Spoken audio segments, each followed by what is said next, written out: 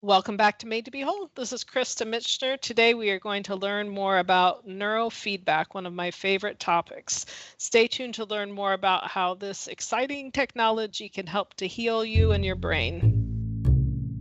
Made to Be Whole is intended for informational purposes only. It is not intended to replace the advice or care of a licensed healthcare professional. Participating in this podcast does not constitute a provider-patient relationship with Krista Michener, AHP Integrative Health, or any of the guests featured on Made to Be Whole. Krista Michener, AHP Integrative Health, and or any featured guests are not responsible for any losses, damages, or liabilities that may arise from use of information obtained from this podcast or associated materials, including but not limited to reading material, videos, or use of featured products such as supplements or other health-related products or practices. Please consult a healthcare professional for any health-related concerns that you are experiencing. Hi, this is Krista Michener, and welcome to episode 4 of Made to Be Whole. Today, we are going to talk about neurofeedback, which is one of my favorite modalities for healing. I first learned about neurofeedback when I was reading the book The Body Keeps the Score by Bessel van der Kolk. If you have not checked that out, it is absolutely eye-opening, paradigm-shifting, should be required content for any human who interacts with other humans. Dr. van der Kolk is one of the pioneers in describing PTSD and pioneering treatment.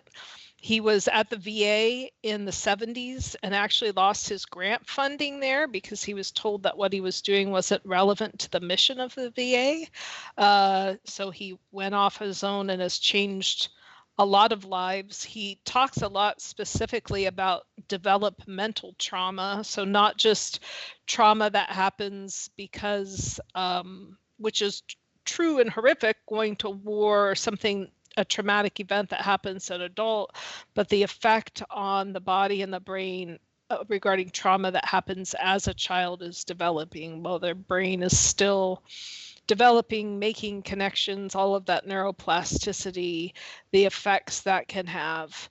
So I'm reading, listening to this book. I did a little bit of both because it's pretty deep and I could only take in so much at a time.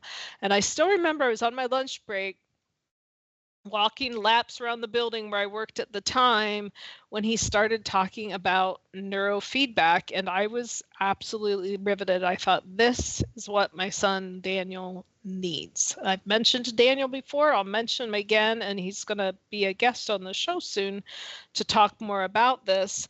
So I started doing some digging. I found a neurofeedback provider locally. We did some sessions and it did help him some with relaxation, but it didn't really move the needle quite the way I hoped it would. And we did some more digging. I was introduced then to the Othmer method of neurofeedback. So with neurofeedback, you need to know that not all systems are created equal.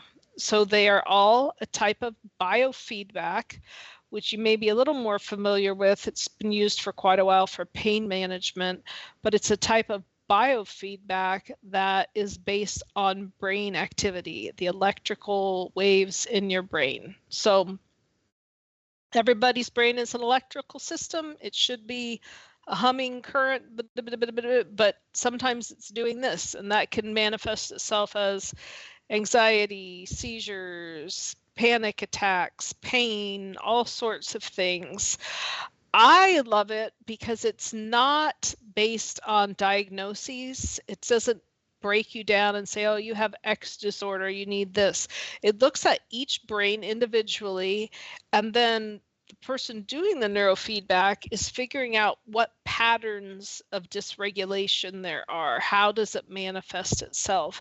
To me, this whole idea of patterns of dysregulation was game changing, because Daniel over the years had been diagnosed by many people with many different things. Autism spectrum disorder, OCD, generalized anxiety disorder, ADHD, dysgraphia, major depressive disorder, PTS, I mean, you name it, bipolar disorder, all of those things.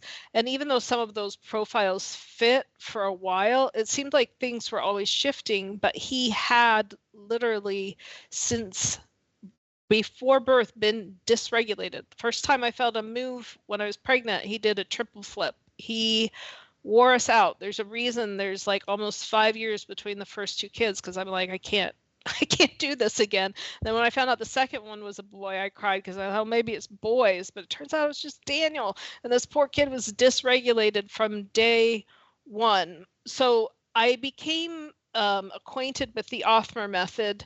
The Othmers are a couple. Sue Othmer unfortunately recently passed away, but they are a couple of super geniuses who are married, who became interested in neurofeedback for their son, who had a seizure disorder and was suffering from the really difficult side effects that can come from seizure medications, with kind of difficulty with energy, lethargy, loss of personality. Almost, it feels like people sometimes feel dumbed down, and so they're trying to figure out how can we keep the seizures managed, but also help offset some of these side effects of the medication. So they became real pioneers in research. I had the opportunity to be trained in that method.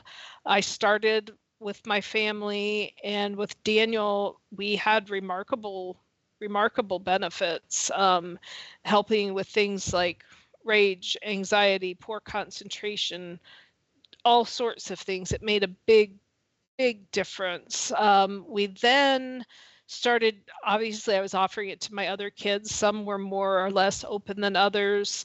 Pictured here actually is my son Owen, who is adopted, and he was in the foster care system for 10 years and suffered a lot of trauma, not just before he was taken from his biological parents, but in the protection of children's services. He came to us on a boatload of medication that it became clear was causing more problems than it was solving.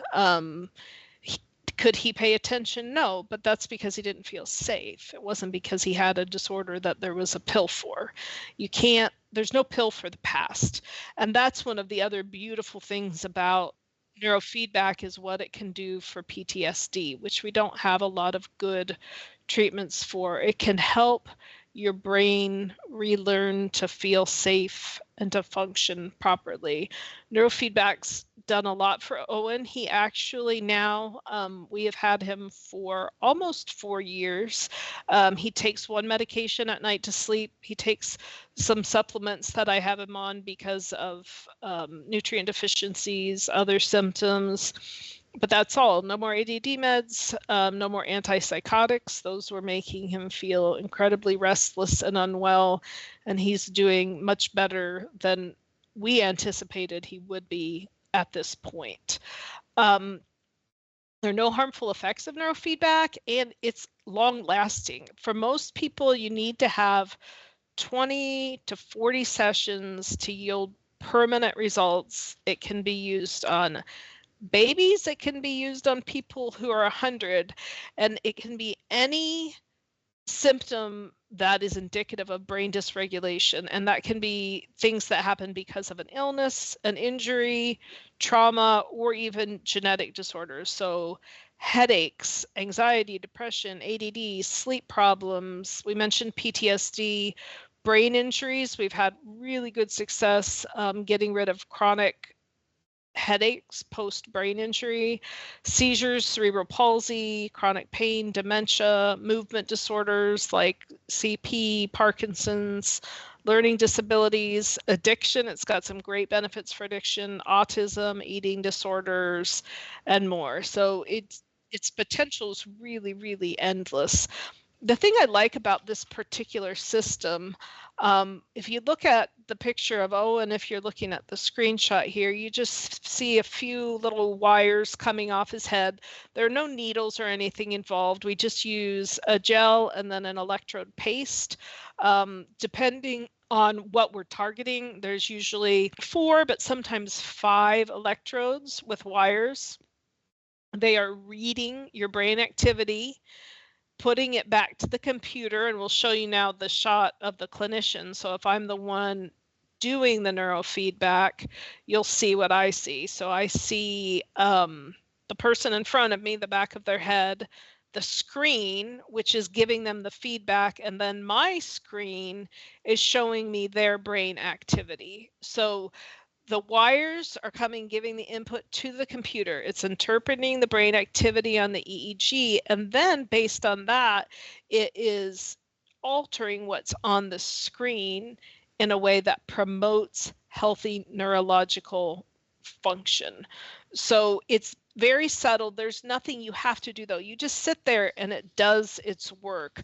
I remember when I first started doing it, the first thing I noticed was like this tremendous release of tension. I had all this upper body tension, and it was like my shoulders dropped and I was breathing deeper. I mean, it was just a huge, huge release from that.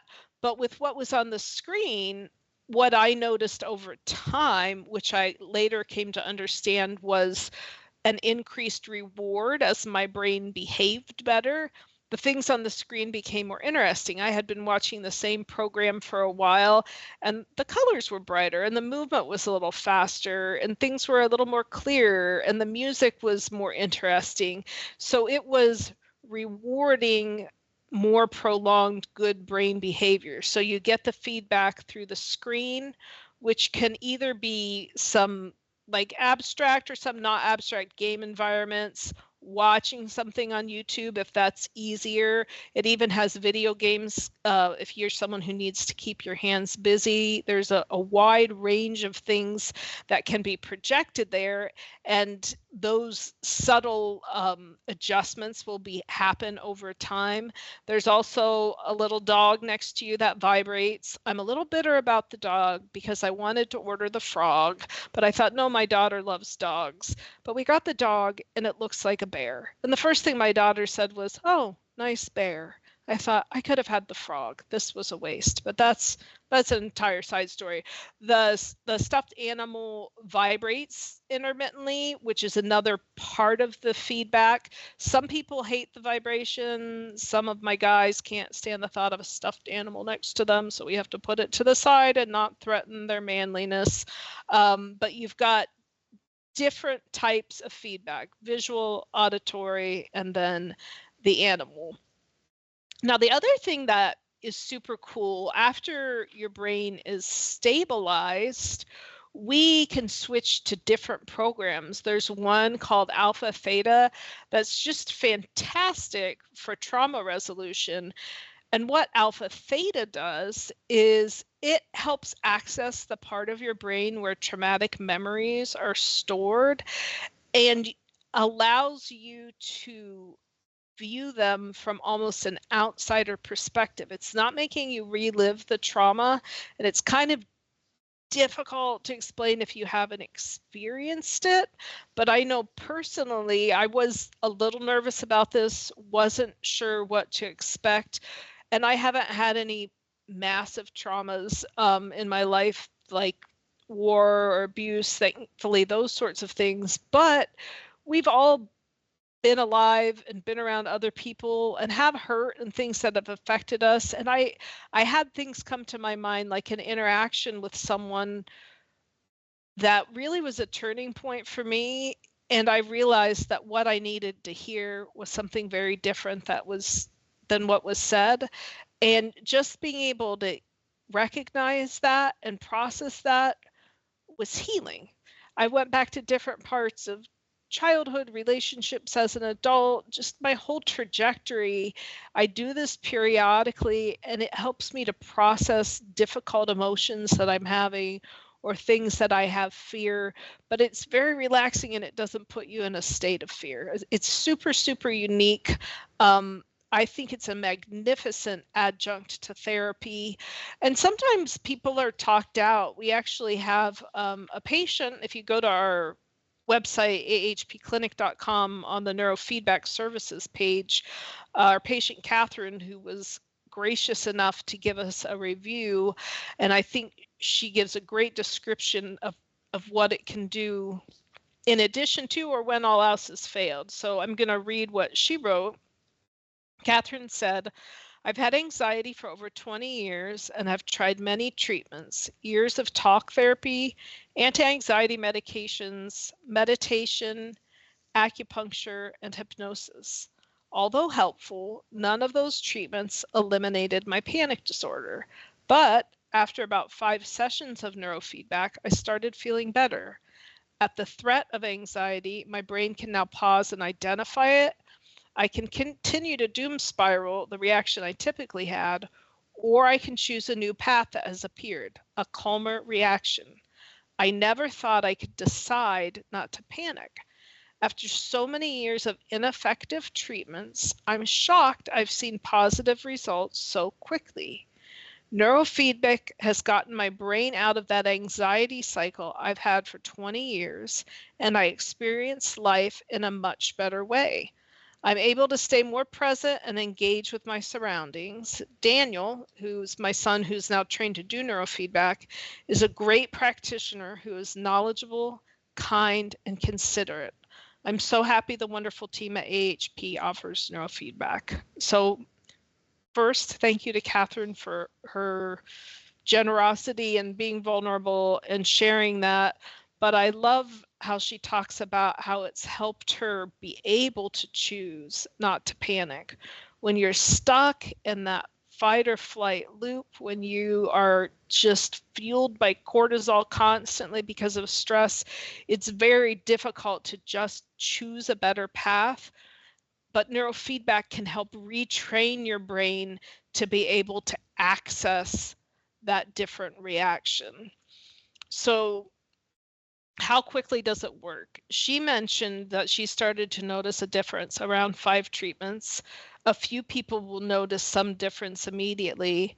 Some people, it's 10 to 15 treatments before they really see something different. We had one client who never really noticed anything in session, but I think it was around 10 that people started going to his wife and saying, hey, what's he doing differently? He seems a lot better. And the family reported increased optimism, less discouragement, more future-oriented thinking. So timeline-wise, it can be early on, but it could take 10 to 15 to really see results depending on the length of your dysregulated state, how many body systems are involved, all of that jazz. To have permanent results, most people need 20 to 40 sessions. So 20 is really the minimum to have sustained results. How long you continue after that depends on your symptoms and your circumstances. So we have had patients come from out of state and stay locally and do a session a day. Sometimes we had one patient who did a couple of sessions a day for 3 weeks. We've had people do daily for longer periods of time to really get loaded. And then you can do it less frequently. If you live locally, coming once or twice a week at the beginning is ideal. But at that point, I have one patient who we went then to every other week, every third week, and every fourth week. I think we might be at every fifth week. He had noticed that when he stopped at first, he would feel himself slipping when he got close to the time for the session. So we've tried to just adjust things so that we miss that point of being like, oh, I really, really need this. So it's very individualized. Now, there are systems that are more automated than ours. The Othmer method, and then we use the Cygnet system, which is CYGNET. And you can read more about the system we use at EEG, which is like egg gravy info.com. If you go to eeginfo.com, there are systems that are more automated where you put a lot more leads on the head. The computer tells the system what to do and it doesn't. The provider isn't really making the decisions. We choose what sites to train on based on your symptoms, your pattern of dysregulation, and your response to treatment. We make changes to frequency ourselves while we're figuring out your optimal frequency based on, again, your symptoms, your response to treatment. I was at a conference once where there was a vendor talking about one of these other systems, and she just said, oh, the one you do takes too much time. You can make a lot more money with the other one. You can just hook lots of people up and it does the work for you. But to me, that kind of misses the point, because I think part of what's healing is having a relationship with someone who's working based on your response, trying to help you be well. And I will give a shout out to Daniel. He was doing so well that he paid to go get trained. We went out to California at the beginning of the year, and so he's now doing the majority of the neurofeedback in our office. And the things that he does exceptionally well, in my opinion, are he's very good at listening to people and listening to the individual and your story. You're not just a diagnosis or a symptom. He's very interested in putting the pieces together. He does a lot of work researching and trying to figure out what to change. Okay, we've got this far with this patient. Here's what they're still struggling with. Is there a different site we could use? He does a fantastic job with that. I think that the fact that he's lived this makes him, uniquely qualified to push forward and see its value. And it's interesting to me because Daniel's story that will be woven throughout the podcast, because he's my oldest and he's had some pretty profound struggles, and it's what's really driven me to find more answers, is finding ways to help him. And then my other children, there was one therapist he was seeing, probably in the last, trying to think his age, like 6 or 7 years, who was actually fantastic. She was one of the better therapists that we've had, and she was really good with him. But she told us, she said, he's probably going to have to go on disability at some point. I don't think he can ever hold down a job in his emotional condition. And he is holding down a job. He's actually working 2 part-time jobs and is doing really well. And neurofeedback was a big part of that healing process. Now, I will say for him and for some other people, if there have been a lot of problems developmentally. So, we started this when he was an adult. There had been stuff going on since childhood. As I've mentioned before, we found out not that long ago that he also had Lyme disease, Bartonella, and Babesia, and had these likely for years. So there are a lot of complicating factors. He's had a lot of sessions. At this point, though, we talk about needing to do it for him once a week. It probably ends up being about once a month, and that's working. But for a while, it was pretty frequent because it was the only thing that could stabilize him while we were figuring all of these other things out. But he does a great job. I strongly encourage you to look. And if you go to eeginfo.com, that website, they do have a provider search option. So we're here in Northeast Ohio in Worcester, but there are other providers who are trained in this method throughout the country and internationally. So I would encourage you to take a look, go see who's in your area and check it out. There is absolutely no reason why we can't be well. Medication can be a Band-Aid. It can help manage symptoms, but I think that we can do much better than what medication alone has to offer.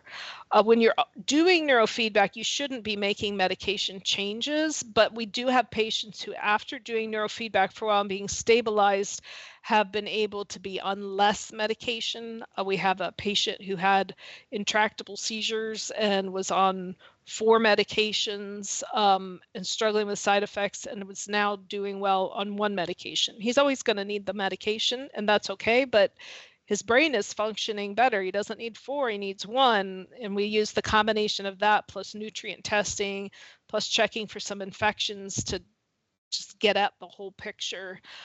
My son Owen, who I mentioned with trauma, he's on Daniel's schedule. We still do twice a week, because when you've got kids with trauma, especially that developmental trauma, they don't always have the language to articulate what it is they're feeling. Even full-grown adults who have trauma have difficulty articulating that. I will end with a little story from Dr. Vanderkolk's book that really, really struck me. It's early on in the book, and forgive me if I get some of the details wrong, but as I remember it, he was talking about functional MRIs, where it's an MRI kind of in live time. It's not just a still shot. And they were doing them on people that they had trained, they had consent, they had these people script, and then basically relive their trauma.